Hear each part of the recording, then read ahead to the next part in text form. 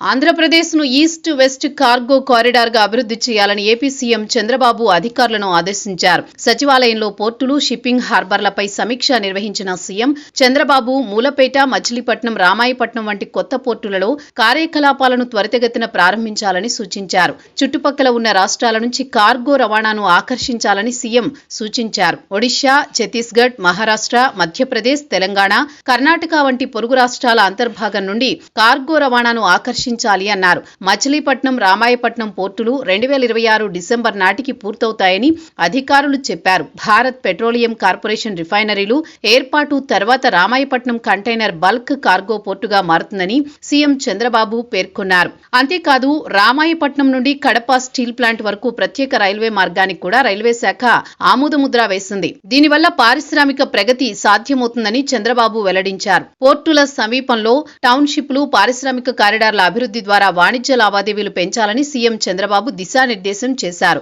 2వ దశలో చేపడుతోన్న బుడిగట్లపాలెం, పూడిమడక, కొత్తపట్నం షిప్పింగ్ హార్బర్లను వేగంగా పూర్తి చేయాలని ముఖ్యమంత్రి సూచించారు. ప్రతి 50 కిలోమీటర్లకు ఓ పోర్టు, ఓ షిప్పింగ్ హార్బర్ ఉండేలా ఆంధ్రప్రదేశ్ రాష్ట్రాన్ని తూర్పు కోస్తా లాజిస్టిక్ హబ్గా మార్చాలని ఆయన తెలిపారు. కార్గో హ్యాండ్లింగ్ లో ఆంధ్రప్రదేశ్ రాష్ట్ర పోర్టులు గేమ్ చేంజర్ గా నిలవాలని ముఖ్యమంత్రి చంద్రబాబు వెల్లడించారు. ప్రస్తుత యుద్ధ కారణాల వల్ల దుబాయ్, గల్ఫ్ దేశాలు ఓడరేవులు ఇబ్బందుల్లో ఉన్నాయని, భారత్లోని తూర్పు తీరపు పోర్టులు సురక్షిత ప్రత్యామ్నాయంగా మారాయని స్పష్టం చేసిన ముఖ్యమంత్రి ఈ సమయంలో ఈ అవకాశాలను ఆంధ్రప్రదేశ్ అందిపుచ్చుకోవాలని పిలుపునిచ్చారు. నూతన పోర్టులలో త్వరితగతిన ఆపరేషన్లు ప్రారంభించాలని, 2వ దశ షిప్పింగ్ హార్బర్ల నిర్మాణాన్ని వేగవంతం చేయాలని, పోర్టుల నిర్వహణలోనూ కార్గో సేవలు అందించడంలోనూ ఈస్ట్ వెస్ట్ కార్గో కారిడార్గా ఏపీ గుర్తింపు పొందాలని చంద్రబాబు అధికారులకు సూచించారు.